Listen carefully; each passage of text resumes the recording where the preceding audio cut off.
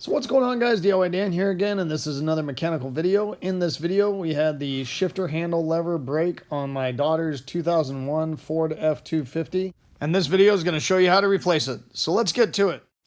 In this video, I'm actually going to be replacing the entire shift lever assembly. However, if you need the overdrive switch or just the bezel fell off the end of your shift lever, you can get those off of Amazon as well. So the first thing you will need to do is take the cover off the bottom of the steering column. This should use a Phillips screwdriver in order to remove them. There should be 2 on the passenger side and 1 on the driver's side. You will also need to remove the tilt handle, which just unscrews, and then you can remove that cover. Usually that tilt handle will unscrew by hand, but if not, there is a flattened out area that you can put a small wrench on to assist if it's not coming out. Once the bottom cover was off, I did put the tilt handle back in place so I could tilt the steering column down to make it easier to get the top cover off. In order to get the top plastic cover off, you will need to remove the ignition. You'll notice the small little button underneath the steering column where the ignition goes into the column. All you need to do is put the key in the on position and then depress that little button with a small screwdriver or pick and then pull the ignition out. Now, because you're leaving that key in the on position during this process, if you choose to, you might want to disconnect your battery or batteries, depending on whether you're gas or diesel, so they don't drain down during this process. I left mine connected because I knew it wasn't going to take me very long, but if you're unfamiliar with doing this, it's probably a good idea to disconnect them.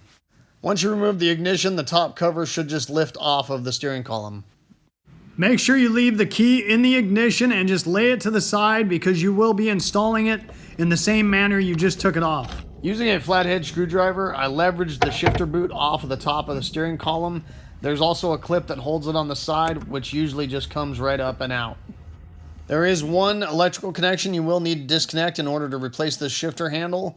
I just used a small pick to lift up the tab while pulling on the wires in order to disconnect it. Then there is a dowel pin that holds the shifter lever in position to the steering column. I don't recommend using a punch and a hammer.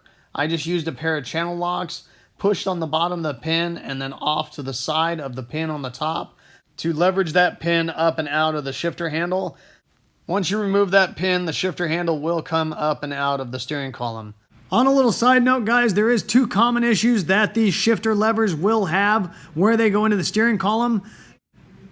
The first one I'm going to go over is the most safety related issue. If you're having a hard time and it's getting sloppy and it feels like it's not going up into park all the way, on the back side of this shaft where the cable hooks up to go down to the transmission, there is a bracket that has 2 Torx bolts that hold it in place.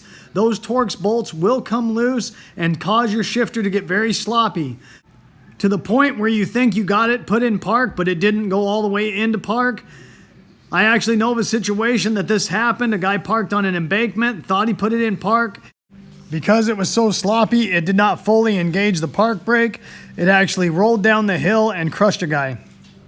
So this is definitely something you want to check. And all you do is loosen those bolts completely off, put some Loctite on them, and put them back in place. There's also 2 sets of plastic bushings that hold this shaft in place on the steering column, and those do tend to wear out, which can create extra slop in your shifter as well. Those are a little bit more of a pain in the butt to take care of because you do have to lower the entire steering column down in order to do the back set. So I got this transmission shift lever off of Amazon for right around $30. So before trying to install it, I always recommend putting the parts side by side to make sure they are correct and everything looks identical. So you don't try and install it, find out something's incorrect, then they see that you've tried to install it and you have a harder time returning it.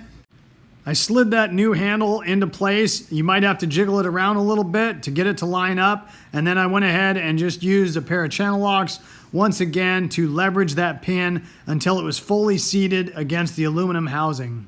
Once I got the dowel pin completely in place, then I just slid the shifter boot down and lined up the little dowel on top and pushed that down into place. Then went ahead and made sure that the bottom clip was pushed in firmly. I did use a pair of needle nose to pull it down to make sure it was in all the way. Then I went ahead and hooked up that electrical connector. The other side of that connector is attached to the column, so it is a little bit of a pain to get it clipped in, and small hands will come in handy. Then I went ahead and slid the top cover back into place. Once that is pushed down into place all the way, I went ahead and reinstalled the key All you have to do is leave it in that on position, line up the grooves, and it should push right into place. My apologies for my head, but it was kind of hard to get a video at this point and see what I was doing. Then you can go ahead and remove your key. At this point, I went ahead and checked to make sure that the ignition was working properly. I fired up the engine and shifted through all the gears just to make sure everything felt good. I also went ahead and hit the overdrive switch on the handle to make sure the light was going on and off and that was working correctly. Then all that's left to do is go ahead and line up that bottom cover and put the 3 screws in that hold it to the top cover. So remember that those 3 screws are just going into plastic, so don't over tighten them and strip out the plastic. Last but not least, I threaded in the steering column tilt lever. And that's about all there is to it, guys. Hopefully you guys enjoyed this video and it gave you some good information. If so, make sure you hit that like button and subscribe to my channel if you haven't already. I'd really appreciate it. The whole concept of my channel is to give you guys the most information in the least amount of time as possible so I don't waste your time. And I hope to see you next time. Later.